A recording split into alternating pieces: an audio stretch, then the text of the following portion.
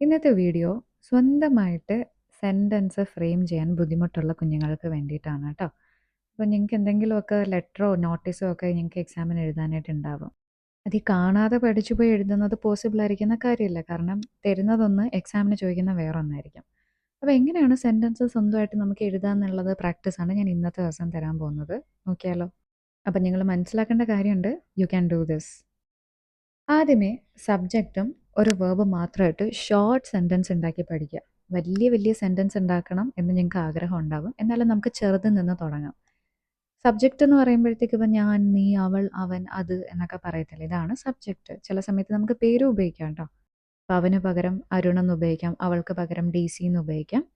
And അതിന് ശേഷം ഒരു വേർബ്, ഒരു പ്രവൃത്തി. വേർബ് എന്ന് പറഞ്ഞാൽ ക്രിയ, ഒരു പ്രവൃത്തി ഉപയോഗിക്കുക. ഇപ്പോൾ അവൾ എന്താ ചെയ്തത്, അവൻ എന്താ ചെയ്തത്, അവരെന്താ ചെയ്തത് എന്ന് പറയാം. ഇങ്ങനത്തെ ഷോർട്ട് സെൻറ്റൻസസ് ഉണ്ടാക്കി ശീലിക്കുക. ഇതിലിപ്പോൾ ഞാൻ എക്സാമ്പിൾ കൊടുത്തിരിക്കുന്ന ഞാൻ കഴിക്കാറുണ്ട്, ഐ ഈറ്റ്. അവൾ ഓടാറുണ്ട്, ഷീ റൺസ്. അവൻ ഉറങ്ങാറുണ്ട്, ഹീ സ്ലീപ്സ്.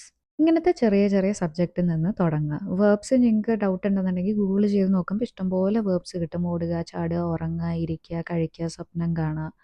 അപ്പോൾ അതൊക്കെ നിങ്ങൾക്ക് കിട്ടും. ഇത് നിങ്ങൾ ശ്രദ്ധിക്കേണ്ട കാര്യം ഐ, യു, വി, ദേ ഇതിൻ്റെ കൂടെ വേർബ് അതേപോലെ ഉപയോഗിച്ചാൽ മതി. പക്ഷേ ഹി, ഷീ, ഇറ്റ് ഉപയോഗിക്കുമ്പം എസ് ചേർത്ത് ഉപയോഗിക്കാൻ വേണ്ടി ശീലിക്കുക. ഇതൊരു ചെറിയ ഗ്രാമർ റൂളാണ് കേട്ടോ. അപ്പോൾ നമുക്ക് ഇംഗ്ലീഷിൽ 7 സബ്ജക്ട്സാണ് ഉള്ളത്. I, you, we, they, he, she, it. അപ്പോൾ ഈ ഐ, യു, വി, ദേയുടെ കൂടെ നിങ്ങളൊരു വേർബ് ചേർക്കുമ്പോൾ നിങ്ങൾക്ക് അതേപോലെ തന്നെ ഇടാം. പക്ഷേ ഹി, ഷീ, ഇറ്റിൻ്റെ കൂടെ നിങ്ങളൊരു വേർബ് ചേർക്കുമ്പോഴത്തേക്ക് അതിൻ്റെ കൂടെ എസ് ചേർക്കാൻ വേണ്ടി മറക്കരുത് കേട്ടോ. I play, you play, V play, they play അതേപോലെ ഇട്ടു. ഹി, ഷീ, ഇറ്റ് വന്നപ്പോൾ അതിൻ്റെ കൂടെ ഒരു എസ് ഇട്ടില്ലേ.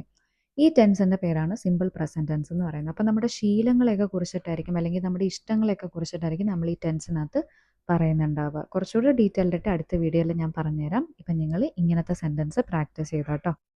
സ്ട്രെസ് ആവേ വേണ്ട. Do your best. ഇതിൽ നിന്ന് നമുക്ക് ഓരോ ചെറിയ ചെറിയ പ്രോഗ്രസ് ഉണ്ടാക്കി വരാം. So forget the rest. Do your best.